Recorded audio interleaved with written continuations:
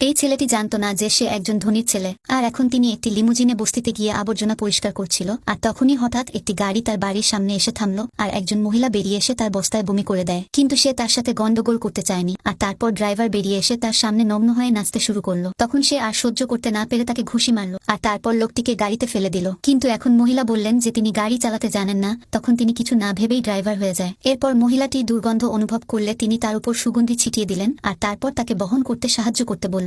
তখন তার ভালো ছেলে হওয়া ছাড়া আর কোনো উপায় ছিল না। আর এখন এই দুই মহিলা তাকে কিছু উপহার দিতে চেয়েছিল, কিন্তু তখনই তারা বুঝতে পেরেছিল যে তারা ইতিমধ্যে চলে গেছে। এরপর তিনি রান্নাঘরে জল পান করতে দৌড়ে যান। তখন বাড়ির মহিলার সাথে দেখা হলে তিনি তাকে বকাঝকা করেন, কিন্তু আনা তার সাহায্যের জন্য তাকে শোধ করার সিদ্ধান্ত নেন। তবে তিনি টাকা গ্রহণ করতে অস্বীকার করলেন। আর তখন তার মনে পড়ল যে তার একজন ভাই আছে যার চিকিৎসার প্রয়োজন আছে, কিন্তু তিনি জানতেন না যে এই ছেলেটি তার বড় ছেলে, যে বছরের পর বছর ধরে নিখোঁজ ছিল। এরপর যখন সে ফিরে আসে তখন সে তার প্রতিবন্ধী ভাইকে চিকিৎসার জন্য হাসপাতালে নিয়ে যায়।